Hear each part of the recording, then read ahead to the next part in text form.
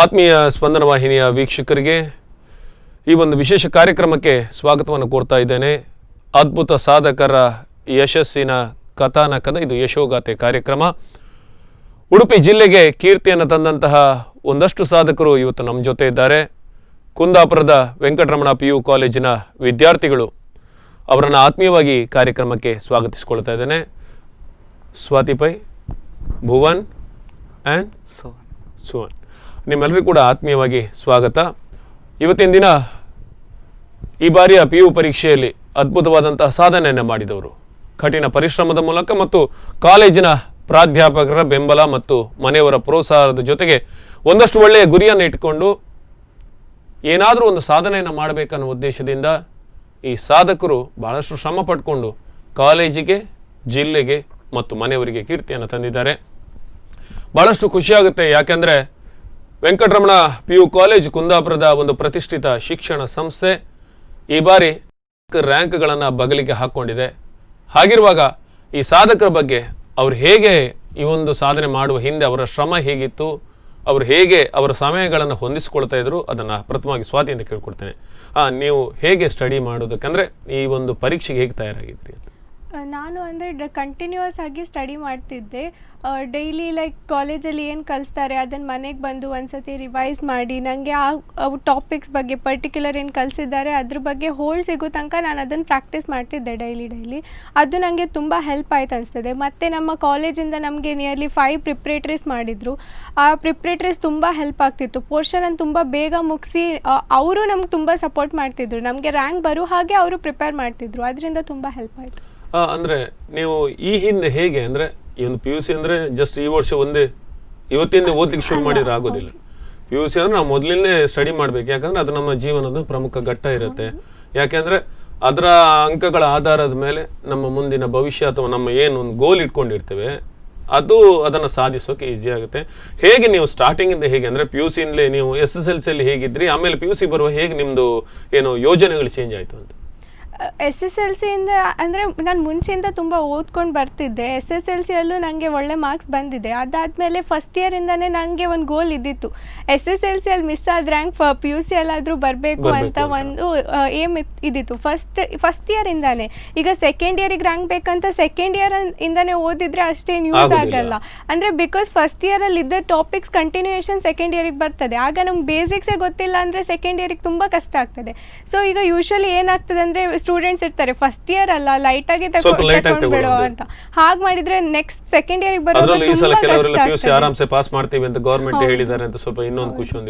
ತುಂಬಾ ಕಷ್ಟ ಆಗ್ತದೆ. ಹಾಗೆ ಮಾಡಿದ್ರೆ ಲೈಕ್ ನಮಗೆ ನಮ್ಮ ಗೋಲ್ ಕ್ಲಿಯರ್ ಆಗಿರ್ಬೇಕು. ನಮಗೆ ರ್ಯಾಂಕ್ ಬರ್ಬೇಕಂತಿದ್ರೆ ನಾವು ಡೇ 1 ಇಂದ ಅದೇ ಗೋಲನ್ನು ಇಟ್ಕೊಂಡು ಪ್ರಿಪೇರ್ ಮಾಡಿ ಎಲ್ಲವನ್ನು ಬಿಡಬೇಕು. ಹೌದು. ಹೇಗಿತ್ತು ನಿಮ್ಮ ಒಂದು ಜರ್ನಿ? ಅಂದ್ರೆ ನೀವು ಯಾವ ತರ ಪ್ಲಾನ್ ಮಾಡ್ಕೊಂಡಿದ್ರಿ? 10th ಅಲ್ಲೇ ಹೋಗ್ತಿದ್ದೆ, ಹಂಗೆ ಕಂಟಿನ್ಯೂಸ್ ಕಾನ್ಸ್ಟೆಂಟ್ ಥರ ಅದೇ ಥರ ಓದ್ತಿದ್ದೆ. ಸೆಕೆಂಡ್ PUCಯಲ್ಲಿ ಏನಾದರೂ ಒಳ್ಳೆ ರ್ಯಾಂಕ್ ಬರಬೇಕಂತಿದ್ದಿತ್ತು ಮೊದಲಿಂದ. ಮತ್ತು ಎಕ್ಸಾಮಲ್ಲೂ ಅಷ್ಟೇ ಆದ್ಮೇಲೆ ಗೊತ್ತಿದ್ದಿತ್ತು, ಎಕ್ಸ್ಪೆಕ್ಟ್ ಮಾಡಿದ್ದೆ ಒಳ್ಳೆ ಮಾರ್ಕ್ಸ್. ಅದೇ ಥರ ಬಂತು ರಿಸಲ್ಟ್. ಹೇಗೆ ಸಪೋರ್ಟ್ ಹೇಗಿತ್ತು ಮನೆಯವರು? ಮನೆಯವರು ತುಂಬ ಹೆಲ್ಪ್ ಮಾಡಿದ್ದಾರೆ. ಕಾಲೇಜಲ್ಲಿ 5 ಪ್ರಿಪ್ರೇಟ್ರಿ ಮಾಡಿದ್ದೆ, ಅದು ತುಂಬ ಹೆಲ್ಪ್ ಆಯಿತು. ಮತ್ತು CETಗೆ ನೀಟಿಗೆಲ್ಲ ಬೇರೆ ಎಕ್ಸ್ಟ್ರಾ ಕೋಚಿಂಗ್ ಕೂಡ ಕೊಟ್ಟಿದ್ದರು, ಅದು ಹೆಲ್ಪ್ ಆಗ್ತದೆ. ನೀವಂದ್ರೆ ಡೈಲಿ ಹೇಗೆ ನಿಮ್ಮ ಒಂದು ದಿನವನ್ನು ಹೇಗೆ ಶೆಡ್ಯೂಲ್ ಮಾಡ್ಕೊಳ್ತಾ ಇದ್ರಿ? ಕಾಲೇಜಲ್ಲೇ ಆದಷ್ಟು ಅರ್ಥ ಮಾಡ್ಕೊಂಡು ನೋಡ್ತಿದ್ದೆ. ಮತ್ತು ಮನೆಯಲ್ಲಿ ಸ್ವಲ್ಪ ಅದನ್ನೇ ರಿವೈಸ್ ಮಾಡ್ತಿದ್ದೆ ಡೈಲಿ. ನಿಮಗೆ ಇಂಟ್ರೆಸ್ಟಿಂಗ್ ಸಬ್ಜೆಕ್ಟ್ ಅಂದರೆ ಯಾವುದು? ಮ್ಯಾಥ್ಸ್. ಯಾಕೆ? ಅದು 10th ಮೊದಲಿಂದ. ಓಕೆ. ನೀವು ಹೇಗೆ ಈಗ ಆ್ಯಕ್ಚುಲಿ ಎಕ್ಸಾಮ್ ಅಂದರೆ ನಾವು ಒಂದೇ ಸಬ್ಜೆಕ್ಟ್ ಮೇಲೆ ತುಂಬ ಕಾನ್ಸಂಟ್ರೇಟ್ ಮಾಡಿದ್ರೆ ಆಗೋದಿಲ್ಲ. ಯಾಕಂದರೆ ನಿಮಗೆ ಲ್ಯಾಂಗ್ವೇಜ್ ಕೂಡ ಕೌಂಟ್ ಆಗುತ್ತೆ ಓವರ್ ಆಲ್ ಮಾರ್ಕ್ಸ್ಗೆ ಅಲ್ವಾ? ಹೇಗೆ ನೀವು ಅದಕ್ಕೆ ಪ್ರಿಪೇರ್ ಆದ್ರಿ? ಆದರೆ ಲ್ಯಾಂಗ್ವೇಜ್ ನಾನು ಫಸ್ಟಿಗೆ ಲೂಸ್ ಬಿಟ್ಟಿದ್ದೆ, PCMB ಮೇಲೆ ಕಾನ್ಸಂಟ್ರೇಟ್ ಮಾಡ್ತಿದ್ದೆ. ಎಕ್ಸಾಮ್ ಟೈಮಲ್ಲಿ ಸ್ವಲ್ಪ ಲ್ಯಾಂಗ್ವೇಜಿಗೆ ಲಾಸ್ಟ್ ಬೋರ್ಡ್ ಎಕ್ಸಾಮ್ ಹಿಂದಿನ ಹಾಲಿಡೇಸಲ್ಲ ಸ್ವಲ್ಪ ಕಾನ್ಸಂಟ್ರೇಟ್ ಮಾಡಿ ಓದ್ದು ಅಷ್ಟೇ. PCMBಯಲ್ಲಿ ಫಸ್ಟಿಂದ ಕಾನ್ಸಂಟ್ರೇಟ್ ಮಾಡಿ. ಓಕೆ. ಹೇಗಿತ್ತು ನಿಮ್ಮದು? ಅದೇ ಕಾಲೇಜಲ್ಲಿ ಕ್ಲಾಸಸ್ ಎಲ್ಲ ಸರಿಯಾಗಿ ಕೇಳಿ ಅಲ್ಲೇ ಅರ್ಥ ಮಾಡ್ಕೊತಿದ್ದೆ. ಅದು ಅರ್ಥ ಆಗದಿದ್ದ ಸಬ್ಜೆಕ್ಟ್ ಎಲ್ಲ ಮನೆಗೆ ಬಂದು ವಾಪಸ್ ರಿವೈಸ್ ಮಾಡ್ತಿದ್ದೆ. ಅದು ಅರ್ಥ ಆಗದಿದ್ದರೆ ಎಲ್ಲ ಟೀಚರ್ಸ್ ಹತ್ರ ಕೇಳಿದಾಗ ಅವ್ರು ತುಂಬ ಸಪೋರ್ಟ್ ಮಾಡ್ತಿದ್ರು.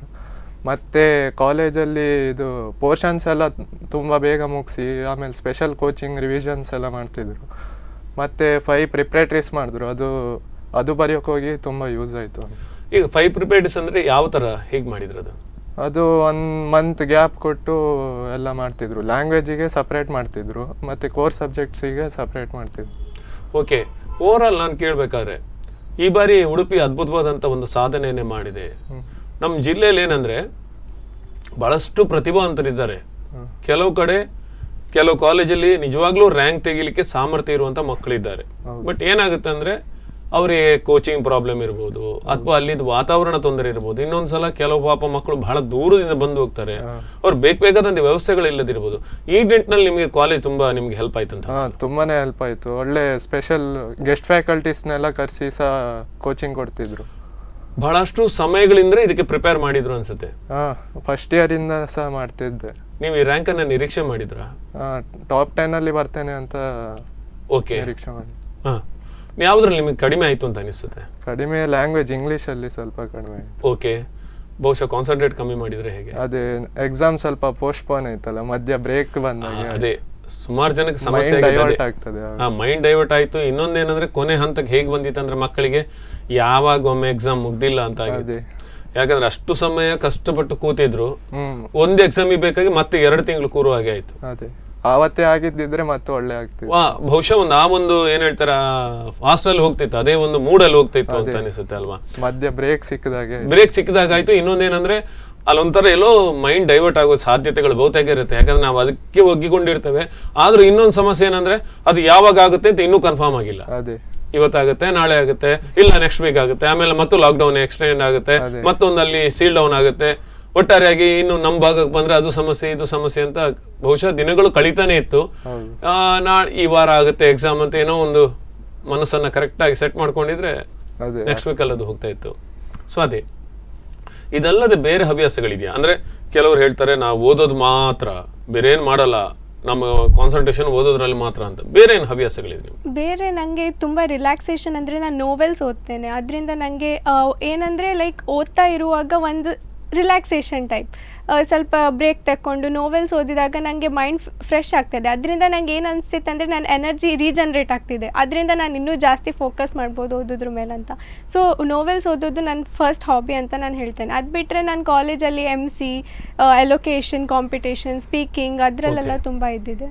ಕಾಲೇಜಲ್ಲಿ ನಿಮಗೆ ಬೇರೆ ಆಕ್ಟಿವಿಟೀಸ್ ಹೇಗೆ ಸ್ವಲ್ಪ ಹೆಲ್ಪ್ ಇದೆ? ಕಾಲೇಜಲ್ಲಿ ನಮಗೆ ಓವರ್ ಆಲ್ ಪರ್ಸ್ನಾಲಿಟಿ ಡೆವಲಪ್ಮೆಂಟ್ ಬಗ್ಗೆ ಅವರು ತುಂಬ ಫೋಕಸ್ ಮಾಡ್ತಿದ್ರು. ನಮಗೆ ಬರೀ ಓದ್ತಾ ಇರಿ, ಹಾಗೆ ಮಾಡಿ ಹೀಗೆ ಮಾಡಿ ಅಂತ ಇರಲಿಲ್ಲ.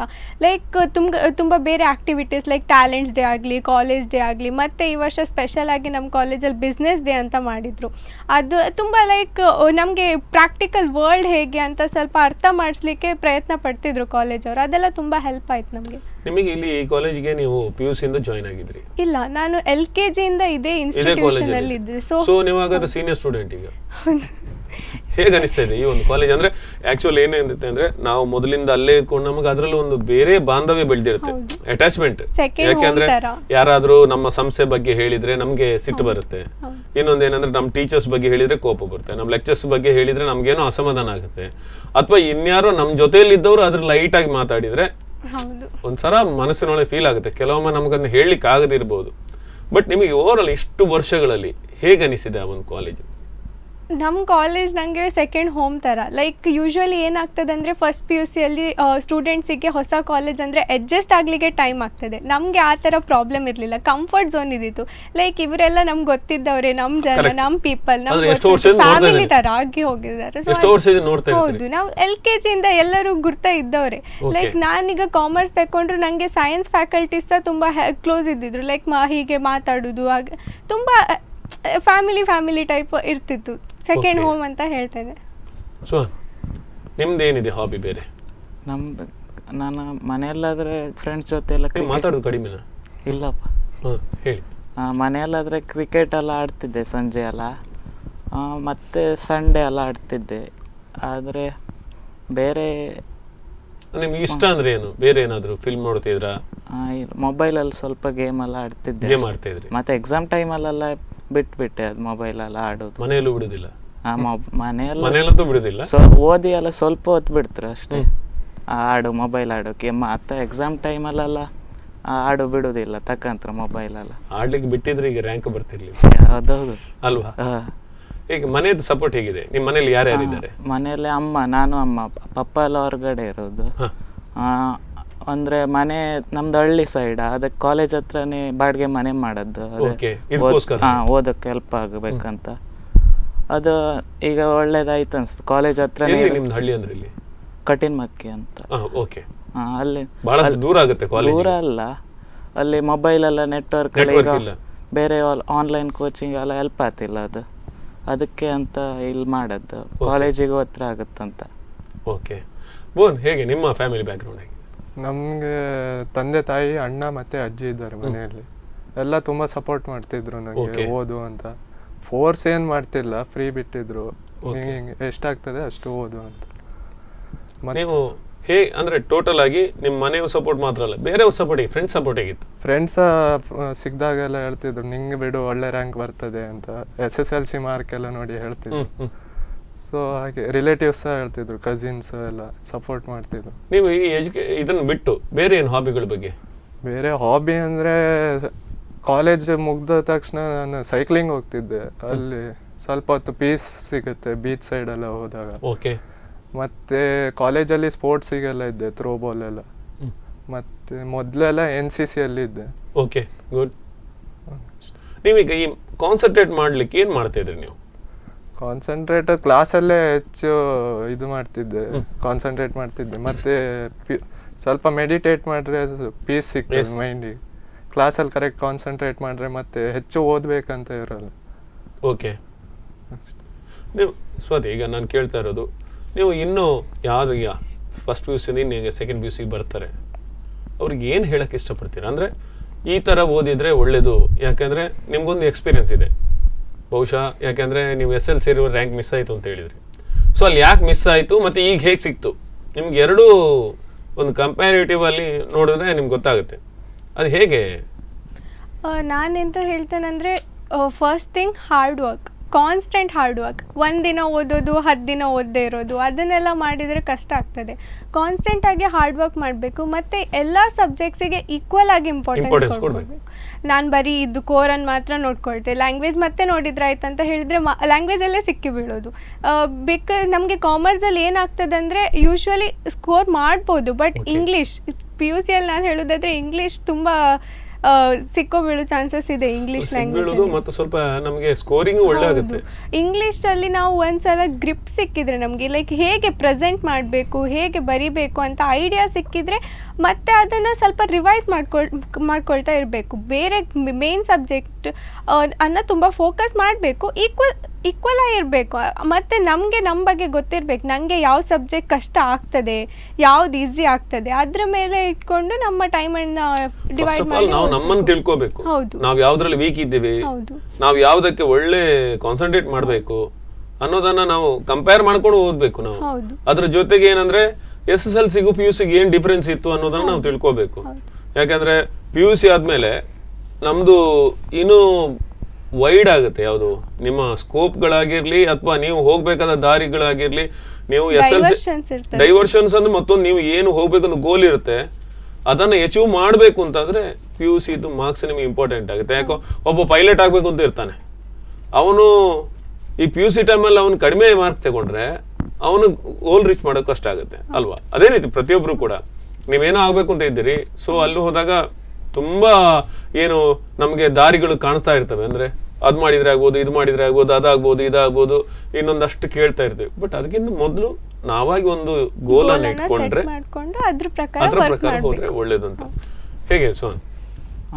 ಡೈಲಿ ಓದಬೇಕು. ಮುಂದೆ ಒಳ್ಳೆ ಮಾರ್ಕ್ ಬರ್ಬೇಕಂದ್ರೆ ಡೈಲಿ ಓದ್ಬೇಕು. ಮತ್ತೆ ಎಕ್ಸಾಮ್ ಹಿಂದಿನ ದಿನ ರಾತ್ರಿ ಫುಲ್ ತುಂಬಾ ಹೊತ್ತು ಓದ್ಬಾರ್ದು. ಆದಷ್ಟು ಬೆಳಿಗ್ಗೆ ಹೊತ್ತು ಎಕ್ಸಾಮ್ ದಿನ ಅಂತೂ ತುಂಬಾ ಕೂಲ್ ಆಗಿರ್ಬೇಕು. ಹೌದು, ಟೆನ್ಷನ್ ಎಲ್ಲ ಟೆನ್ಷನ್ ತಗೊಳ್ಳೋದೇನೆ ಇರ್ಬೇಕು ಅಲ್ವಾ? ಇದು ಆಗೇನಾಗುತ್ತೆ ಅಂದ್ರೆ ಇದ್ದದ್ದು ಡಿಲೀಟ್ ಆಗಿ ಹೋಗೋ ಚಾನ್ಸ್ ಇರುತ್ತೆ. ಸ್ವಲ್ಪ ಕೂಲ್ ಆಗಿದ್ರೆ ಒಳ್ಳೇದು. ಆದಷ್ಟು ಬೆಳಿಗ್ಗೆ ಕಂಪ್ಲೀಟ್ ಕೂಲ್ ಇರ್ತಾನೆ ನನ್ಗೆ ಅನಿಸ್ತಾ ಇದೆ. ಇಲ್ಲ ಕೂಲ್ ಇಲ್ಲ, ಹೇಗೆ ಯಾವತ್ತು ಕೂಲ್ ಇರ್ತಾನಲ್ಲ? ಓಕೆ, ಹೇಳಿ ನಿಮ್ಮ ಐಟನ್ ತಗೊಳ್ಳೋಣ. ಬೆಳಿಗ್ಗೆ ನಾನು ಆದಷ್ಟು ಬೆಳಿಗ್ಗೆನೇ ಓದ್ಕೊಳ್ಳೋದು ನೋಡೋದು 5 ಗಂಟೆ ಹಾಗೆ. ರಾತ್ರಿ ಬೇಗ ಮಲ್ಕೊಳ್ತಿದ್ದೆ. ಮತ್ತು ಡೈಲಿ ಓದ್ತಿದ್ದೆ ಒಂದು ಗಂಟೆ ಆದರೂ. ಓಕೆ. ಸಂಡೇ ಎಲ್ಲ ಸ್ವಲ್ಪ ಜಾಸ್ತಿ ಓದ್ತಿದ್ದೆ. ಎಸ್. ನಿಮಗೆ ಬೇರೆ ನೀವು ಯಾವ ಥರ, ನಿಮ್ಮ ಪ್ರಕಾರ ಏನಂದರೆ ಯಾವ ಥರ ಓದಿದ್ರೆ ಒಳ್ಳೇದು ಅಂತ ಅನಿಸುತ್ತೆ? ಅಂದರೆ ಬೇರೆಯವರು ಹೇಳಿದ್ರು ಅಂತ ಅದೇ ಸಬ್ಜೆಕ್ಟ್ ಮೇಲೆ ಫೋಕಸ್ ಮಾಡಿ ಓದೋದು ಆ ಥರ ಎಲ್ಲ ಮಾಡಬಾರ್ದು. ನಮ್ಮ ಗೋಲ್ ಯಾವುದಿರುತ್ತೆ ಅದಕ್ಕೆ ನಾವು ಎಷ್ಟು ಎಫರ್ಟ್ ಹಾಕಬೇಕು ಅಂತ ನಾವೇ ಡಿಸೈಡ್ ಮಾಡಿ ಮಾಡಬೇಕು. ಯಾರೋ ಬಂದು ಹೇಳಿದ್ರು ಅಂತ ನಾವು ಆ ಸಬ್ಜೆಕ್ಟಿಗೆ ತುಂಬ ಇದು ಕಾನ್ಸಂಟ್ರೇಟ್ ಮಾಡಿದ್ರೆ ಬೇರೆ ಸಬ್ಜೆಕ್ಟ್ ಸಹ ಹೋಗ್ತದೆ. ಅವರು ಯಾವ್ದು ಡಿಫಿಕಲ್ಟ್ ಇರ್ತದೆ ಅದನ್ನು ಸಹ ಅವರೇ ಓದಬೇಕು. ಹಾಗೆ ಮಾಡಿದರೆ ಆಗ್ತದೆ. ಅದ್ರ ಬಗ್ಗೆ ಕಾನ್ಸಂಟ್ರೇಟ್ ಮಾಡಬೇಕು. ಯಾಕೆಂದರೆ ಮೇಯ್ನಾಗಿ ನಾವು ಯಾವ್ದ್ರಲ್ಲಿ ವೀಕ್ ಇದ್ದೇವೆ ಅಂತ ನಾವು ತಿಳ್ಕೊಬೇಕು. ಅದೇ ಬೇರೆಯವರು ಬಂದು ಬಯೋ ಬೇಕು ನಿಂಗೆ ಅದನ್ನೇ ಹೇಳ್ತಾ ಇದ್ರು ಮೊನ್ನೆ ಒಂದು ಕೆಲವು ವಿದ್ಯಾರ್ಥಿಗಳು ಬಂದಾಗ್ಲಿ ಹೇಳ್ತಾ ಇದ್ರು, ನಮ್ಮ ಚಿಕ್ಕಮ್ಮನ ಮಗ ಇಂಜಿನಿಯರ್ ಆಗಿದ್ದಾನೆ ಅಂತ ನಾವು ಇಂಜಿನಿಯರ್ ಆಗ್ಲಿಕ್ಕೆ ಹೋಗ್ಬಾರ್ದು. ಅದೇ ನಮ್ಮ ಅತ್ತೆ ಮಗ ಡಾಕ್ಟರ್ ಆಗಿದ್ದಾನೆ ಅಂತ ನಾವು ಡಾಕ್ಟರ್ ಆಗ್ಲಿಕ್ಕೆ ಹೋಗ್ಬಾರ್ದು. ನಮಗ ಆಗುತ್ತಾ ಯಾವ್ದಾಗ್ಬೋದು, ಅದ್ರ ಜೊತೆಗೇನೆ ಯಾವುದೇ ಒಂದು ಸಬ್ಜೆಕ್ಟ್ ಅನ್ನ ನಾವು ಚೀಪ್ ಆಗಿ ನೋಡ್ಬಾರ್ದು. ಅದೇ ಕೆಲವರಿಗೆ ಒಂದು ಅಭ್ಯಾಸ ಇರುತ್ತೆ, ಇಂಜಿನಿಯರಿಂಗ್ ಡಾಕ್ಟರ್ ಆದ್ರೆ ಮಾತ್ರ ಅದು ಒಳ್ಳೇದು. ಆ ತರ ಅವನವನಿಗೆ ಯಾವ್ದು ಸಾಧ್ಯತೆಗಳಿವೆ, ಅವು ಏನ್ ಗೋಲ್ ಇಟ್ಕೊಂಡಿದ್ದಾನೆ ಅದ್ರ ಬಗ್ಗೆ ಹೋದ್ರೆ ಖಂಡಿತವಾಗಿ ಸಾಧನೆ ಮಾಡೋದಕ್ಕೆ ಸಾಧ್ಯ ಅಂತ ಅನಿಸ್ತಾ ಇದೆ. ಮತ್ತೆ ಸ್ವಾತಿ, ಈ ಒಂದು ಸಾಧನೆ ಹಿಂದೆ ಕಾಲೇಜಿನ ವಾತಾವರಣ ಇರ್ಬೋದು, ಮನೆಯವರ ಪ್ರೋತ್ಸಾಹ ಇರ್ಬೋದು, ನಿಮ್ಮ ಫ್ರೆಂಡ್ಸ್ ಇದ್ದು ಸಪೋರ್ಟ್ ಇರ್ಬೋದು, ಇದರ ಜೊತೆಗೇನೆ ನೀವು ಇದನ್ನೆಲ್ಲ ಇಟ್ಕೊಂಡು ಮುಂದಿನ ದಿನಗಳಲ್ಲಿ ನಿಮ್ಮ ಒಂದು ಕನಸೇನು? ನನಗೆ ಇಲ್ಲಿ ತನಕ ಬರಲಿಕ್ಕೆ ನನ್ನ ಪೇರೆಂಟ್ಸ್ ಆಗಲಿ ಕಾಲೇಜ್ ಅವರಾಗಿ ಫುಲ್ ಸಪೋರ್ಟ್ ಮಾಡಿದ್ದಾರೆ. ಸೊ ನನ್ನ ನೆಕ್ಸ್ಟ್ ಗೋಲ್ ಏನಂದರೆ ನಾನು ಚಾರ್ಟೆಡ್ ಅಕೌಂಟೆಂಟ್ ಆಗಬೇಕು ಅಂತ. ಓಕೆ. ಅದಕ್ಕೆ ನಾನೀಗ ಪ್ರಿಪ್ರೇಷನ್ಸ್ ಎಲ್ಲ ಸ್ಟಾರ್ಟ್ ಮಾಡಿದ್ದೇನೆ, ಆನ್ಲೈನ್ ಕ್ಲಾಸಸ್ ಎಲ್ಲ ತಗೊಳ್ತಿದ್ದೇನೆ. ಸೊ ಹೋಪ್ಫುಲಿ ಬೇಗ ಮಾಡ್ತೇನೆ. ಹೌದು. ಈ ಮೂಲಕವಾಗಿ ನೀವು ನಿಮ್ಮ ಶಿಕ್ಷಣ ಸಂಸ್ಥೆಗೆ ಒಂದು ಒಳ್ಳೆ ಕೀರ್ತಿಯನ್ನು ತಂದಿದ್ದೀರಿ. ಸೊ ಇನ್ನೊಂದಷ್ಟು ನಿಮ್ಮ ಸಾಧನೆಗಳ ಮೂಲಕ ಶಿಕ್ಷಣ ಸಂಸ್ಥೆಗೆ ಹೇಗೆ ನೀವೊಂದು ಹೆಲ್ಪ್ ಮಾಡಬೇಕು ಅಂತ ಇದ್ದೀರಾ? ಏನೊಂದು ಡ್ರೀಮ್ ಇದೆಯಾ? ನನಗೊಂದು ಈ ಥರ ಈ ಒಂದು ಎಜುಕೇಷನ್ ಇರ್ಬೋದು, ಅಥವಾ ನಮ್ಮ ಊರಿನವರು ಇರ್ಬೋದು, ಊರಿನಲ್ಲಿ ಏನಾದರೂ ನಾನು ಇಂಥದ್ದೊಂದು ಮಾಡಬೇಕು ಅಂತ ಏನೋ ಕನಸಿದೆಯಾ? ಲೈಕ್ ನನಗೀಗ ಫಸ್ಟ್ ಗೋಲ್ ಇರೋದು ನಾನು CA ಆಗಬೇಕಂತ. CA ಆದಮೇಲೆ ಲೈಕ್ ನಾನು ಗುಡ್ CA ಆಗಿ ಎಲ್ಲರನ್ನ ಸರ್ವ್ ಮಾಡಬೇಕು. ನನ್ನ ಕಾಲೇಜಿಗಾದರೆ ಲೈಕ್ ನಾನು ನನ್ನ ಅರ್ನಿಂಗ್ಸಿಂದ ಏನಾದರೂ ಡೊನೇಟ್ ಮಾಡಬೇಕು, ನನ್ನ ಕಾಲೇಜನ್ನು ಇಂಪ್ರೂವ್ ಮಾಡಬೇಕು. ಇದು ನನ್ನ ಕಾಲೇಜ್ ಅಷ್ಟೇ ಅಲ್ಲ, ಅದು ನನ್ನ ಮನೆ ಇದ್ದಾಗೆ. ನಾನು ಹೇಳಿದ್ದೆ, ನಾನು ಸ್ಟಾರ್ಟಿಂಗಿಂದ ಅಲ್ಲೇ ಕಲ್ತಿದ್ದೆ. ಸೊ ಆ ಒಂದು ಏಮ್ ಇದೆ, ನನ್ನ ಅರ್ನಿಂಗ್ಸಿಂದ ನಾನು ಏನಾದರೂ ಡೊನೇಟ್ ಮಾಡಿ ಹೆಲ್ಪ್ ಆಗ್ತದೆ. ಮನೆಯಲ್ಲಿ ಯಾರ್ಯಾರಿದ್ದಾರೆ? ಮನೆಯಲ್ಲಿ ಅಪ್ಪ, ಅಮ್ಮ, ಅಕ್ಕ ಇಂಜಿನಿಯರಿಂಗ್ ಮಾಡ್ತಿದ್ದಾಳೆ, ಮನೆಯಲ್ಲೇ ಇರೋದಿಲ್ಲ. ಈಗ ಲಾಕ್ಡೌನ್ ಅಂತ ಮನೆಯಲ್ಲಿದ್ದಾರೆ. ಹೌದು. ಮೊನ್ನೆ ರ್ಯಾಂಕ್ ಅನೌನ್ಸ್ ಆದಾಗ ಹೇಗಿತ್ತು ಮನೇಲಿ ವಾತಾವರಣ? ಮನೇಲಿ ಎಲ್ಲರಿಗೂ ತುಂಬಾ ಖುಷಿ ಆಯ್ತು. ಅಮ್ಮ ಅಪ್ಪ ಅಂತೂ ತುಂಬಾ ನೆಕ್ಸ್ಟ್ ಲೆವೆಲ್ ಹ್ಯಾಪಿ. ಯಾವತ್ತು ಮಕ್ಕಳ ಬಗ್ಗೆ ಅದ್ಭುತವಾದಂತ ಕನಸು ಕಟ್ಕೊಳ್ಳೋದೇ ಅಪ್ಪ ಅಮ್ಮನು. ಯಾಕಂದ್ರೆ ನಾವೆಲ್ಲೋ ಒಂದ್ ಸ್ವಲ್ಪ ಜಾರ್ತೇವೋ ಅಥವಾ ನಾವೆಲ್ಲೋ ಫ್ರೆಂಡ್ಸ್ ಜೊತೆ ಇರ್ತೀವಿ, ನಮ್ಗೆ ಗೊತ್ತಾಗೋದಿಲ್ಲ. ಯಾಕಂದ್ರೆ ನಮ್ಮನ್ನ ಅವ್ರು ಮಾತಾಡ್ತಾರೆ, ಇವ್ರು ಮಾತಾಡ್ಸಿ ಎಲ್ಲ ಇರ್ತಾರೆ. ಬಟ್ ಮನೇಲಿರೋ ಅಪ್ಪ ಅಮ್ಮ ಮಾತ್ರ ಮಕ್ಕಳ ಮೇಲೆ ಮಾತ್ರ ಗಮನ ಹರಿಸ್ತಾರಲ್ವಾ? ಓಕೆ, ಹೇಗಿತ್ತು ಮೊನ್ನೆ ದಿನ ರಿಸಲ್ಟ್ ಅನೌನ್ಸ್ ಆದಾಗ? ಮೊನ್ನೆ ನಾನು ಯಾವತ್ತು ರಿಸಲ್ಟ್ ನೋಡೋಕೆ ಹೋಗೋದಿಲ್ಲ, ಮೊಬೈಲ್ ಹೆದರಿಕೆ ಆಯ್ತು. ಮತ್ತೆ 10th ಅಲ್ಲೂ ಅಷ್ಟೇ ಅಕ್ಕನೇ ನೋಡೋದು ಮನೆಯಲ್ಲೇ. ಈಗ ಲಾಕ್ಡೌನ್, ಅಕ್ಕ ಜಾಬ್ ಆಯ್ತು ಬೆಂಗಳೂರಲ್ಲಿ, ಈಗ ವರ್ಕ್ ಫ್ರಮ್ ಹೋಮ್ ಮನೆಯಲ್ಲೇ ಇತ್ತು. 10th ಅಲ್ಲೂ ಅಕ್ಕನೇ ನೋಡದ್ದು. ಹೌದು. ಬೆಳಿಗ್ಗೆ ಬೇಗ ಇದ್ದಿದ್ದೀರಾ? ಹೇಗಿತ್ತು? ಇಲ್ಲ ಇವತ್ತು ಬೆಳಿಗ್ಗೆ ಬೇಗ ಹೇಳಿಲ್ಲ. ಅದು ಒಳ್ಳೆ ಮಾಡಿ ಮಲಗಿದ್ರಿ, ಗಟ್ಟಿ ಮಲಗಿದ್ರಿ, ಏನಾದ್ರೂ ಆಗ್ಲಿ. ನಿಮ್ಗೆ ನಿರೀಕ್ಷೆ ಇತ್ತಾ ಅಂತ? PCMB ಅಲ್ಲಿ ಒಳ್ಳೆ ಬತ್ತಂತ ಗೊತ್ತಿತ್ತು. ಲ್ಯಾಂಗ್ವೇಜ್ ಅಲ್ಲಿ ಹೇಳೋಕಾತ್ಲ, ಅದು ಕರೆಕ್ಟ್. ಆಚೀಚೆಗೆ 1-2 ಮಾರ್ಕ್ಸ್ ಆಗುತ್ತೆ. ಅದು ಖಂಡಿತ ಮಾತ್ರ ಒಳ್ಳೆ ಬರುತ್ತಂತ ನಿರೀಕ್ಷೆ ಇತ್ತು. ಬಹುಶಃ ಉಡುಪಿ ಮಟ್ಟಿಗೆ ಗಮನಿಸೋದಾದ್ರೆ ಉಡುಪಿ ಜಿಲ್ಲೆ ಈ ಬಾರಿ ಅದ್ಭುತವಾದಂತ ಸಾಧನೆಯನ್ನು ಮಾಡಿದೆ ಅಂತ ಹೇಳ್ಬೋದು. ಯಾಕಂದ್ರೆ ಅಭಿಜ್ಞಾ ಇರ್ಬೋದು, ಅಥವಾ ಗ್ರೀಷ್ಮ ಇರ್ಬೋದು, ಸ್ವಾತಿ, ಹೀಗೆ ಎಲ್ಲ ಶಿಕ್ಷಣ ಸಂಸ್ಥೆ, ಬಹುತೇಕ ಒಳ್ಳೊಳ್ಳೆ ಶಿಕ್ಷಣ ಸಂಸ್ಥೆಗಳಿಂದ ನಿಜವಾಗ್ಲೂ ಪಟ್ಟ ಪರಿಶ್ರಮಕ್ಕೆ ಬೆಲೆ ಸಿಕ್ಕಿದೆ. ಅಂದ್ರೆ ಅವರ ಸಾಧನೆಗೆ ಬೇಕಾದಂತಹ ಒಂದು ಗೌರವ ಸಿಕ್ಕಿದೆ ಅನ್ನೋದೇ ನಮ್ಗೆಲ್ಲ ಬಹಳ ಖುಷಿಯ ವಿಚಾರ. ಯಾಕಂದ್ರೆ ಎಲ್ಲೆಲ್ಲೋ ನಾವು ಕೇಳ್ತಾ ಇದ್ವಿ, ಅಲ್ಲ ಹಾಗಾಯ್ತು ಹೀಗಾಯ್ತು, ಒಂದಷ್ಟು ಪೇಪರ್ಗಳ ರದ್ದಂತ. ಅದ್ರ ಜೊತೆಗೆ ಲಾಕ್ಡೌನ್ ಕಷ್ಟದ ಸಂದರ್ಭದಲ್ಲೂ, ಲಾಕ್ಡೌನ್ ಅಂದ್ರೆ ನೀವು ಬಿಡಿ, ನಮ್ಮ ಅಜ್ಜನ ಜನರೇಷನ್ ಅವ್ರಿಗೆ ಗೊತ್ತಿಲ್ಲ. ಯಾಕಂದ್ರೆ ಏನು ಲಾಕ್ಡೌನ್ ಅಂದ್ರೆ ಏನು ಅಂತ ಕೇಳಿ ಯಾರಿಗೂ ಗೊತ್ತಿಲ್ಲ. ತುರ್ತು ಪರಿಸ್ಥಿತಿ ಅಂತ ಒಂದು ಗೊತ್ತಿತ್ತಂತೆ. ಆಮೇಲೆ ಇದು ಯಾವ ವಿಚಾರಗಳು ಗೊತ್ತಿಲ್ಲ. ಈ lockdown, seal down, positive, negative, ಇದೇ 4 ಶಬ್ದಗಳನ್ನು ಕೇಳ್ತಾ 2 ತಿಂಗಳು ಪಾಸ್ ಆಯ್ತು. ಅದ್ರ ಜೊತೆಗೆ ಎಕ್ಸಾಮ್ ಇವತ್ತಾಗುತ್ತೆ, ನಾಳೆ ಆಗುತ್ತೆ. ಇನ್ನು ಈಗ LKG UKG ಮಕ್ಕಳನ್ನು ಕೇಳಿ, ಅವ್ರಿಗೆ ಕೆಲವ್ರಿಗೆ ಶಾಲೆನೇ ಮರ್ತೋಗಿದೆ. ಹೋದ ವರ್ಷ ಹೋಗ್ತಾ ಇದ್ದೆ ಶಾಲೆಗೆ ಅಂದ್ರೆ ಹೌದಾ ಅಲ್ವಾ ಅಂತ ಹೇಳೋ ಮಟ್ಟಕ್ಕಿದೆ ನಮ್ಮ ಅವಸ್ಥೆ ಈಗ. ಅಟ್ ಪ್ರೆಸೆಂಟ್ ನಾವು ಏನಂದ್ರೆ ಸೆಪ್ಟೆಂಬರ್ ಆಗುತ್ತೆ, ಅಕ್ಟೋಬರ್ ಆಗುತ್ತೆ ಅಂದ ಅಕ್ಟೋಬರ್ ಅಲ್ಲಿ ಆಗುತ್ತೆ ಅಂದ್ರು ಅರ್ಧ ವರ್ಷ ಮುಗ್ದೋಯ್ತಲ್ಲ. ಅಟ್ ಪ್ರೆಸೆಂಟ್ ಈಗ ಪಿ ಯು ಸಿ ಅವ್ರಿಗೆ ಹೇಳ್ತಾ ಇರೋದು, ಪಿ ಯು ಸಿ ಈಗ ಅವ್ರ ಕಷ್ಟ ಈಗಿದ್ದು ಬಹಳ ಇದೆ. ಏನಂದ್ರೆ ಪಿ ಯು ಸಿ ಅವರಿಗೆ ಇನ್ನೊಂದ್ 2 ತಿಂಗಳು ಹೋದ್ರೆ ಅವ್ರದ್ದು ಏನು ಮಿಡ್ ಟರ್ಮ್ ಇದೆ ಅಲ್ಲ ವಿಷಯ ಮುಗ್ದೋಗುತ್ತೆ. ಅವ್ರು ಯಾಕಂದ್ರೆ ನೆಕ್ಸ್ಟ್ ಬೇಡ ಸೆಕೆಂಡ್ ಪಿ ಯು ಸಿ ಇಲ್ಲಿ ಇರೋರಿಗೆ ಅವ್ರಿಗೆ ಕಷ್ಟ ಇದೆ, ಬಹಳಷ್ಟು ಕಷ್ಟಗಳಿದೆ. ಇಂಥ ಕಾಲಘಟ್ಟದಲ್ಲಿ ಹೇಗೆ ಸ್ಟಡಿ ಮಾಡ್ಬೋದು ಅಂತ ಅನಿಸ್ತದೆ ನಿಮಗೆ? ಈಗ ಆನ್ಲೈನ್ ಕ್ಲಾಸ್ ಅಂತ ಹೇಳ್ತಾರೆ. ನಾವು ಮೊನ್ನೆ ಒಂದು ಆನ್ಲೈನ್ ಕ್ಲಾಸ್ ಬೇಕಾ ಬೇಡ ಅಂತ ಒಂದು ಪ್ರೋಗ್ರಾಮ್ ಅನ್ನ ಮಾಡಿದ್ವಿ. 83% ಬೇಡ ಅಂತ ಇದ್ದಾರೆ. ಅಂದ್ರೆ ಕ್ಲಾಸ್ ಬೇಡ ಅಂತ ಹೇಳ್ತಾ ಇಲ್ಲ, ನೀವು ಅದಕ್ಕೆ ಬೇಕಾದ ಏನು ಸಿದ್ಧತೆಗಳನ್ನ ಮಾಡ್ಕೊಂಡ ನಂತರ ಆನ್ಲೈನ್ ಕ್ಲಾಸ್ ಮಾಡಿ ಅಂತ. ಪಾಪ ಕೆಲವು ಮಕ್ಕಳ ಊರಲ್ಲಿ ಇದಿಲ್ಲ, ಯಾವುದು ನೆಟ್ವರ್ಕ್ ಇಲ್ಲ. ಇನ್ನು ಕೆಲವು ಕಡೆ ಏನಾಗಿದೆ ಅಂದ್ರೆ ಅಪ್ಪನ ಹತ್ರ ಇರೋದೇ ಒಂದು ಮೊಬೈಲು, ಅಥವಾ ಅದನ್ನ ಯೂಸ್ ಮಾಡ್ಕೊಂಡು ಅಣ್ಣ ತಮ್ಮ ಇದ್ರೆ ಇಬ್ರಿಗೆ ಒಂದೇ ಟೈಮಲ್ಲಿ ಕ್ಲಾಸ್, ಅದರದ್ದು ಕಷ್ಟ. ಇಂಥ ಸಿಚುವೇಶನ್ ಇದೆ ಈಗ. ಹೇಗೆ ಇಂಥ ಸಿಚುವೇಶನ್ ಇದೆ, ಸೊ ಈಗ ಈ ವರ್ಷ ಇನ್ನು ಎಕ್ಸಾಮ್ ಅನ್ನ ಅಂದ್ರೆ ಸೆಕೆಂಡ್ ಪಿ ಯು ಸಿ ಈಗ ಇರೋರು ಏನ್ ಮಾಡ್ಬೋದು ಅಂತ ಅನಿಸ್ತದೆ ಭುವನ್? ಈಗ ನಾವು ಫಸ್ಟ್ ಪಿ ಯು ಸಿನ ಸ್ವಲ್ಪ ರಿವೈಸ್ ಮಾಡಿದ್ರೆ ನೆಕ್ಸ್ಟ್ ಸಿ ಇ ಟಿಗೆ ಸ್ವಲ್ಪ ಯೂಸ್ ಆಗ್ತದೆ. ಸೆಕೆಂಡ್ ಪಿ ಯು ಸ್ವಲ್ಪ ನೋಡ್ತಾ ಇದ್ರೆ ನೆಕ್ಸ್ಟ್ ತುಂಬಾ ಕಷ್ಟದ ಪರಿಸ್ಥಿತಿ ಇದೆ ಅಂತ ಅನಿಸ್ತದೆ. ಯಾಕಂದ್ರೆ ತುಂಬಾ ಅಂದ್ರೆ ತುಂಬಾ ಈಗ ನೀವುಗಳು ಲಕ್ಕಿಲಿ ಏನಂದ್ರೆ ಎಕ್ಸಾಮ್ಗೋಸ್ಕರ ಮಾತ್ರ ಕಾದ್ರಿ, ಒಂದು ಎಕ್ಸಾಮ್ಗೋಸ್ಕರ, ಅದು ಒಂದು ಪೇಪರಿಗೋಸ್ಕರ. ಅದು ಆಲ್ರೆಡಿ ಏನಂದ್ರೆ ಅದರಲ್ಲೂ ಏನು ಇಂಗ್ಲಿಷ್ ಬಾಕಿತ್ತಲ್ಲ, ಸೊ ಲ್ಯಾಂಗ್ವೇಜ್ ಅಂತ ಒಂದಿತ್ತು. ನೀವು ಬೇರೆ ಸಬ್ಜೆಕ್ಟ್ಗಳೆಲ್ಲಾದ್ರೆ ಇನ್ನೊಂದು ಸ್ವಲ್ಪ ಪ್ರೆಷರ್. ಯಾವ್ದಂದ್ರೆ ಲ್ಯಾಂಗ್ವೇಜ್ ಬಿಟ್ಟು ಬೇರೆ ಸಬ್ಜೆಕ್ಟ್ಗಳಾದ್ರೆ ಅದು ಇದಾಗುತ್ತಾ, ಮತ್ತೆ ಚೇಂಜ್ ಆಗುತ್ತಾ, ಏನೊಂದು 2-3 ಸಲ ರದ್ದಾಂತಗಳು ಆಯ್ತು ಹೋದ ವರ್ಷ ಎಲ್ಲ, ಹಾಗಾಗುತ್ತೆ. ಆ ಒಂದು ಗೊಂದಲದಲ್ಲಿ ಇರುತ್ತೆ. ಬಟ್ ಈಗಿನ ಸಿಚುವೇಶನ್ ಅಲ್ಲಿ ಇವರು ಪಾಪ ಅವರಿಗೆ ತುಂಬಾ ಕಷ್ಟ ಆಗುತ್ತೆ ಅಂತ ಅನಿಸ್ತದೆ. ಹೇಗ್ ಮಾಡ್ಬೋದು ಅಂತ ಅನಿಸ್ತದೆ? ಅದೇ ಅವರಷ್ಟಕ್ಕೆ ಸುಮಾರು ಓದ್ತಾ ಇರಬೇಕು. ಡೌಟ್ ಇದ್ರೆ ಕಾಲೇಜಸ್ಗೆಲ್ಲ ಫೋನ್ ಮಾಡಿ ಕೇಳಿದ್ರೆ ಅವರೆಲ್ಲ ಕ್ಲಿಯರ್. ಆಯ್ತು, ಕಾಲೇಜ್ ಹೋಗುವಂದ್ರೆ ಹೋಗ್ಲಿಕ್ಕೆ ಆದ್ರೆ ಇದೆಯಾ? ಅದೇ ಹೋಗ್ಲಿಕ್ಕೆ ಇದೆ. ಇಲ್ಲಿ ಏನೋ ನಮ್ಮ ವೆಹಿಕಲ್ ದಕ್ಷಿಣ ಕನ್ನಡ ಜಿಲ್ಲೆ ಥಿಂಕ್ ಮಾಡಿದ್ರೆ ಅವ್ರ ಪರಿಸ್ಥಿತಿ ಬೇಡ ಅವರಿಗೆ. ಯಾಕಂದ್ರೆ ಹೊರಗೆ ಹೋದ್ರು ಹತ್ರ ಮನೆಯವ್ರು ನೋಡ್ಲಿಕ್ಕೂ ಧೈರ್ಯ ಇಲ್ಲ, ಅಂತ ಪರಿಸ್ಥಿತಿ ಇದೆ. ಈಗ ನೋಡಿದ್ರು ಕಷ್ಟ ಆಗುತ್ತೆ, ಯಾಕಂದ್ರೆ ಅವ್ನು ನನ್ಗೆಲ್ಲ ಬಂದ್ಬಿಡ್ತಾ ಅಂತ ಅವನಿಗೆ. ಆ ಪರಿಸ್ಥಿತಿಯಲ್ಲಿ ಇದ್ದೇವೆ ನಾವು. ಏನ್ ಮಾಡ್ಬೋದು ಸೋನ್? ಸೀನಿಯರ್ಸ್ ಹತ್ರ ಎಲ್ಲ ಬುಕ್ ತಕೊಂಡು ಸ್ವಲ್ಪ ನೋಡ್ತಾ ಇದ್ರೆ, ಮತ್ತೆ ಡೌಟ್ ಬಂದರೆ ಕಾಲೇಜಿನ ಫೋನ್ ಮಾಡಿ ಕೇಳ್ಬೋದು. ಮತ್ತು ಪ್ರಾಕ್ಟೀಸ್ ಮಾಡ್ತಾ ಇರ್ಬೇಕು. ಮ್ಯಾಥ್ಸ್ ಎಲ್ಲ ಈಗ ಸಿಗುತ್ತೆ ಬುಕ್. ಆಕ್ಚುಲ್ ಅದೇ ನೋಡಿ, ನಿಮ್ಮ ಕಾಲೇಜಲ್ಲಿ ಹೋದ ಇಯರಲ್ಲಿ ಪೋರ್ಷನ್ಸ್ ಅನ್ನ ಆದಷ್ಟು ಬೇಗ ಮುಗಿಸಿದ್ರು. ಯಾಕಂದ್ರೆ ಆ ಇಯರಲ್ಲಿ ಈಗ ಸವಾಲಿದ್ದ ಟೈಮ್ ಇದು. ಪೋರ್ಷನ್ ಬೇಗ ಮುಗಿಸೋದಕ್ಕಿಂತಲೂ ಪೋರ್ಷನ್ ಅನ್ನು ಮಾಡೋದೇ ಕಷ್ಟದ ಪರಿಸ್ಥಿತಿ ಅಲ್ವಾ? ನಿಮ್ಮ ಮಕ್ಕಳು ಹೇಗೆ ಮಾಡ್ಬೋದು ಅನಿಸುತ್ತೆ? ನಂಗೆ ಏನ್ ಅನ್ಸ್ತದೆ ಅಂದ್ರೆ ಇದು ಸ್ಟೂಡೆಂಟ್ಸಿಗೆ ಮಾತ್ರ ಅಲ್ಲ, ಕಾಲೇಜಿಗೂ ಪ್ರಾಬ್ಲಮ್. ಲೈಕ್ ಅವ್ರು ಪೋರ್ಷನ್ ಕಂಪ್ಲೀಟ್ ಮಾಡಿದ್ರೆ ಮಾತ್ರ ನಾವು ಓದ್ಲಿಕ್ಕೆ ಆಗೋದಲ್ಲ. ಸೊ ಆನ್ಲೈನ್ ಕ್ಲಾಸ್ ಎಷ್ಟಿದ್ರೂ ಕಷ್ಟ ಆಗ್ತದೆ, ಬಟ್ ನಾವು ನಮ್ಮ ಲೆವೆಲ್ ಬೆಸ್ಟ್ ಆಗಿ ಟ್ರೈ ಮಾಡಿ ಸ್ವಲ್ಪ ಆದರೂ ಕಾನ್ಸಂಟ್ರೇಟ್ ಮಾಡಿ ಜಸ್ಟ್ ಏನಾಗ್ತಿದೆ ಅಂತ ಅರ್ಥ ಮಾಡ್ಕೊಳ್ಳಿಕ್ಕೆ ಟ್ರೈ ಮಾಡಬೇಕು. ಮತ್ತು ನಮಗೆ ಡೌಟ್ಸ್ ಇದ್ದರೆ, ಹಾಗೆ ನಮ್ಮ ಕಾಲೇಜಲ್ಲಂತೂ ನಂಗೆ ಗೊತ್ತಿದ್ದಾಗೆ ಲೆಕ್ಚರರ್ಸ್ ತುಂಬ ಸಪೋರ್ಟ್ ಮಾಡ್ತಾರೆ. ನಾವು ಹಾಗೆ ಡೌಟ್ಸ್ ಎಲ್ಲ ಕೇಳಿ ಸ್ವಲ್ಪ ಕ್ಲಿಯರ್ ಮಾಡ್ಬೋದು. ಮತ್ತು ನಮ್ಮ ಎಫರ್ಟ್ಸ್ ಈ ಸತಿ ನನ್ನ ಪ್ರಕಾರ ಡಬಲ್ ಇರಬೇಕು. ಖಂಡಿತ. ಈ ಆನ್ಲೈನ್ ಕ್ಲಾಸ್ ಇದೆಯಲ್ಲ, ಇಫೆಕ್ಟಿವ್ ಅಂತ ಅನಿಸುತ್ತಾ? ಅಡ್ಡಿಲ್ಲ, ಸ್ವಲ್ಪ ಜಾಸ್ತಿ ಹೊತ್ತಿದ್ರೆ ಸ್ವಲ್ಪ ರಗಳೆ ಆಗ್ತದೆ, 2 ಗಂಟೆ. ಅದೇ ಈಗ ಲಾಕ್ಡೌನ್ ಸಂದರ್ಭದಲ್ಲಿ ಆನ್ಲೈನ್ ಕ್ಲಾಸ್ ಇದೆ ಅಂತಾರೆ, ಬಟ್ ನಾವೇನೋ ಮೊನ್ನೆ ಹೇಳಿದ್ವಿ, ನೀವು ಅದರ ಬದಲು ಏನ್ ಮಾಡಿ ಅಂದ್ರೆ ಒಂದು ಗಂಟೆ ಕ್ಲಾಸನ್ನ ರೆಕಾರ್ಡ್ ಮಾಡಿ ಮಕ್ಕಳಿಗೆ ಕಳಿಸಿ ಅಂತ. ಬಟ್ ಅದ್ರ ಬಗ್ಗೆ ಇನ್ನು ಕೆಲವರು ಸರಿಯಾದ, ನಾವು ಅದಕ್ಕೋಸ್ಕರ ಮೊನ್ನೆ ಪ್ರೋಗ್ರಾಮ್ ಅನ್ನ ಮಾಡಿದೀವಿ.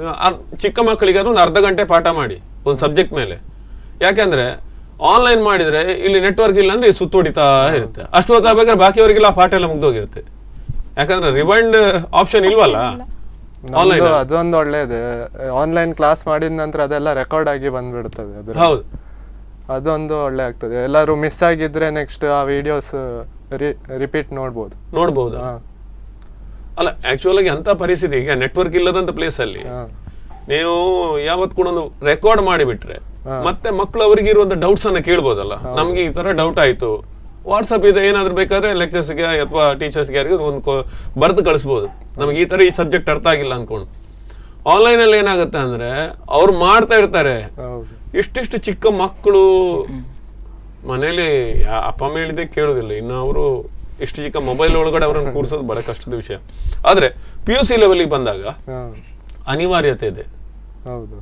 ಆನ್ಲೈನ್ ಕ್ಲಾಸ್ಗೆ ನಾವು ಕಷ್ಟ, ವ್ಯವಸ್ಥೆ ಇಲ್ಲ, ನೆಟ್ವರ್ಕ್ ಇಲ್ಲ, ಎಲ್ಲವೂ ಗೊತ್ತಿದೆ, ಬಟ್ 100% ನಾವು ಒಗ್ಗಿಕೊಳ್ಳಲೇಬೇಕು. ಯಾಕಂದರೆ ಒಂದು ವರ್ಷವೇ ಕಳೆದು ಹೋಗ್ತಾ ಇದೆ, ನಮಗೆ ಗೊತ್ತಿಲ್ಲ ಥರನೇ. ಹೌದು. ಓಕೆ, ನಿಮ್ಮ ಡ್ರೀಮ್ ಏನು ಸೋನ್? ನೀಟ್ ಮೇಲೆ ಕಾನ್ಸಂಟ್ರೇಟ್ ಮಾಡೋದು, ಇನ್ನು MBBS ಸೀಟಾಗಿ MBBS ಮಾಡಬೇಕು. ಅದನ್ನು ಇನ್ನು ನೀಟ್ ಎಕ್ಸಾಮಲ್ಲಿ ಒಳ್ಳೆ ರ್ಯಾಂಕ್ ತೆಗಿಬೇಕಂತ ಆಸೆ ಇತ್ತು. ಓಕೆ, ಪ್ರಿಪೇರ್ ಮಾಡ್ತಿದ್ದೆ ಈಗ. ನಾನು ಸಹ ಮೆಡಿಕಲ್ ಮಾಡಬೇಕು ಅಂತ ಇದ್ದೇನೆ, ನೀಟಿಗೆ ಪ್ರಿಪೇರ್ ಆಗ್ತಿದ್ದೇನೆ. ನಿಮ್ಮ ಫ್ಯಾಮಿಲಿಯಲ್ಲಿ ಯಾರಾದರೂ ಮೆಡಿಕಲ್ ಓದಿಲ್ಲ? ಇಲ್ಲ. ಅಣ್ಣ ಇಂಜಿನಿಯರು ಮತ್ತು ಅಪ್ಪ ಸಹ ಇಂಜಿನಿಯರ್. ಓಕೆ, ನಿಮ್ಮದ್ರಲ್ಲಿ? ಇಲ್ಲ ಅಪ್ಪ ಹೋಟೆಲಲ್ಲಿ ಮೆಸ್ ಮ್ಯಾನೇಜರ್, ಅಮ್ಮ ಹೌಸ್ ವೈಫ್. ಓಕೆ, ಅಕ್ಕ ಇಂಜಿನಿಯರ್ ಕೆಲಸ ಜಾಬಲ್ಲಿ. ಖಂಡಿತ ಸ್ವಾತಿದ್ ಹೇಳಿದ್ರಿ. ಓವರಾಲ್ ಆಗಿ ನಾನು ಕೇಳ್ತಾ ಇದ್ದೇನೆ, ಇನ್ನು ಮುಂದಿನ ಇವರಿಗೆ ಯಾರು SLC ಮಕ್ಕಳಿಗೆ ನೀವು PUCಯಲ್ಲಿ ಏನಾದರೂ ಸಾಧನೆ ಮಾಡಬೇಕು ಅಂತಿದ್ರೆ SLCನ ಹೇಗೆ ಬೇಸಾಗಿ ಇಟ್ಕೊಳ್ಬೇಕು ಅಂತ ಹೇಳ್ತೀರಿ? ಅಂದರೆ ಫಸ್ಟ್ PUಗೆ ಬರುವಾಗ SSLCದು ತುಂಬ ಟಾಪಿಕ್ಸ್ ಬೇಕಿರ್ತದೆ, ಅದೆಲ್ಲ ಸರಿ ಓದಿದರೆ ಮತ್ತು ಫಸ್ಟ್ PU ಎಲ್ಲ ಈಸಿ ಆಗ್ತದೆ, ಅದು ತುಂಬ ಯೂಸ್ ಆಗ್ತದೆ. Okay, so first PUC important. ಈಗ CET ನೀಟಿಗೆಲ್ಲ 50% ಹಂಗಿರುತ್ತೆ, ಫಸ್ಟ್ PUCದೇ ಇರುತ್ತೆ. ಫಸ್ಟ್ PUC ಕಾನ್ಸಂಟ್ರೇಟ್ ಮಾಡಬೇಕು. ಬರೀ ಸೆಕೆಂಡ್ PUCಯಲ್ಲಿ ಓದ್ತೆ ಅದೇ ಎಲ್ಲ ಕೇಳೋದು, ಮನೆಯವರೆಲ್ಲ ಫೋನ್ ಮಾಡಿ ಅದೇ ಕೇಂದ್ರ ಅದರದ್ದೇ ರಿಸಲ್ಟ್ ಕೇಂದ್ರ ಅಂದ್ರೆ ಆಗ್ತಿಲ್ಲ. CET ಮತ್ತು ನೀಟಿಗೆಲ್ಲ ಫಸ್ಟ್ PUC ಇರುತ್ತೆ, ಅದನ್ನು ಕಾನ್ಸಂಟ್ರೇಟ್ ಮಾಡಬೇಕು. ಓಕೆ, ಸ್ವತಿ? ನಾನು ಹಾಗೆ ಹೇಳ್ತೇನೆ, ಲೈಕ್ ಬೇಸಿಕ್ಸ್ ಗಟ್ಟಿ ಇದ್ದರೆ ಮಾತ್ರ ನಮಗೆ ಮುಂದೆ ಹೆಲ್ಪ್ ಆಗ್ತದೆ. ನಮ್ಮ ಕಾಮರ್ಸ್ ತಗೊಂಡಾಗ ಅನಿಸ್ಬೋದು ಲೈಕ್ ಇದೆಲ್ಲ ಎಲ್ಲಿ ಬರ್ತದೆ 10th ಕಲ್ತದ್ದು, ಬಟ್ ನಾಲೆಡ್ಜ್ ನಮ್ಮಲ್ಲಿದ್ದರೆ ನಮ್ಗೆ ಒಂದಲ್ಲ ಇನ್ನೊಂದು ಕಡೆ ಅದು ಹೆಲ್ಪ್ ಆಗ್ತದೆ ಅಂತ ನನ್ನ ಅಭಿಪ್ರಾಯ. ಓಕೆ, ಎಸ್ ವೀಕ್ಷಕರೇ, ಇದು ಕುಂದಾಪುರದ ವೆಂಕಟರಮಣ PU ಕಾಲೇಜಿನ ಸಾಧಕರ ಮಾತುಗಳು. ನಾವು ಇವರನ್ನು ಮಾತಾಡಿಸಿರೋ ಉದ್ದೇಶನೂ ಅದೇ, ಇವರಿಂದ ಇನ್ನಷ್ಟು ಮಕ್ಕಳು ಸ್ಫೂರ್ತಿಯನ್ನು ಪಡೀಲಿ, ಇನ್ನೊಂದಷ್ಟು ಮಕ್ಕಳಿಗೆ ಇದು ಹೆಲ್ಪ್ ಆಗಲಿ. ಜೊತೆಗೆ ಪ್ರತಿಯೊಬ್ಬನ ಹಿಂದೆ ಅವರ ಸಾಧನೆ ಹಿಂದೆ ಏನು ಪರಿಶ್ರಮ ಇದೆ, ಅವರು ಹೇಗೆ ಪ್ರಿಪೇರ್ ಆಗಿದ್ದಾರೆ.